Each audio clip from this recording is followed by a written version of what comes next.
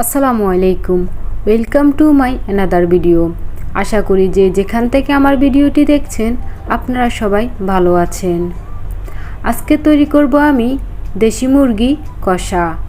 কিভাবে সহজ পদ্ধতিতে দেশি মুরগি কষা সহজে তৈরি করতে পারেন ওই টিপসটি আপনাদের সাথে তুলে ধরব।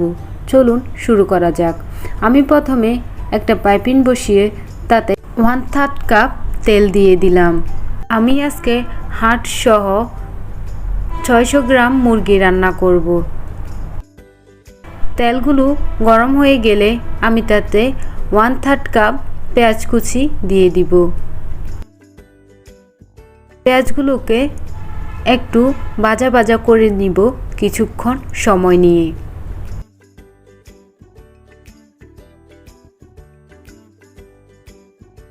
যখন কিছুটা নরম হয়ে আসবে তখন তাতে আমি 2 টেবিল স্পুন রসুন এবং 3 টেবিল স্পুন পেঁয়াজ বাটা দিয়ে দিব। 1 স্পুন আদা বাটা দিয়ে ভালো করে নেড়েচেড়ে দিব।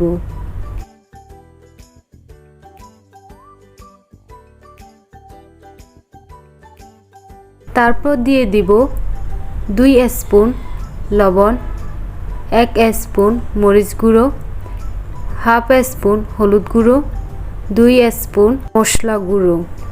আবারও আমি সবগুলো একসাথে কিছুক্ষণ কষিয়ে নিব।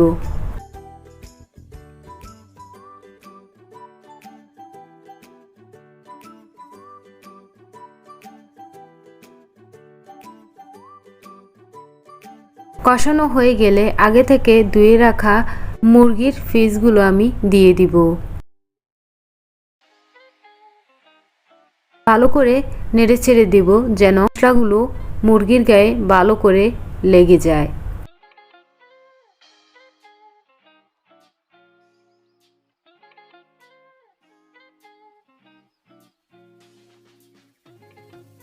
এমন অবস্থায় আমি 7 থেকে 8 মিনিট শুকনো অবস্থায় কষিয়ে নিব।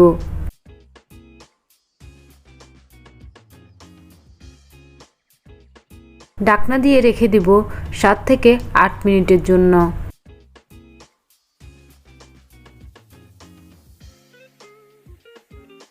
মাঝে মাঝে ঢাকনাটা উঠিয়ে নেড়েচেড়ে দিতে হবে, কেননা পুড়ে যাওয়ার একটা চান্স থাকে।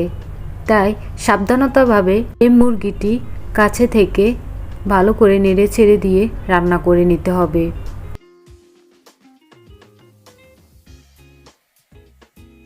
আবারও ঢাকনা দিয়ে রেখে দিব কিছুক্ষণের জন্য। কিছুক্ষণ পর দেখবেন মুরগির গায়ে থেকে অনেকটাই পানি বের হয়ে গেছে।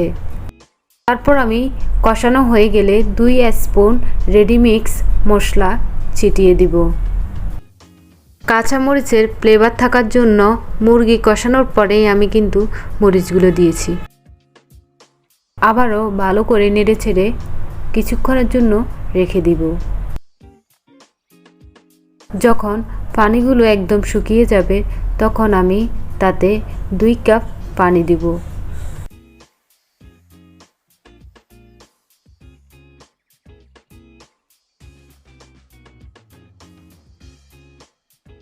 আবারও ভালো করে নেড়েচেড়ে আমি ঢাকনা দিয়ে রেখে দিব 20 থেকে 25 মিনিটের জন্য।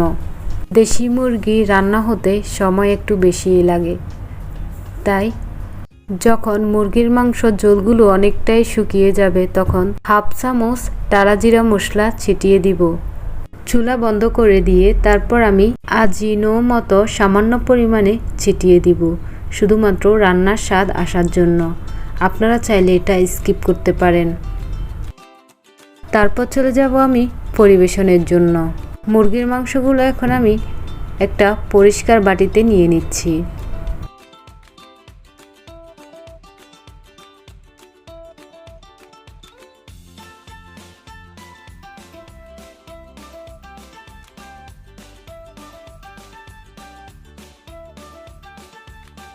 আশা করি কম সময়ে এই রেসিপিটি আপনাদের সবার কাছে ভালো লাগবে।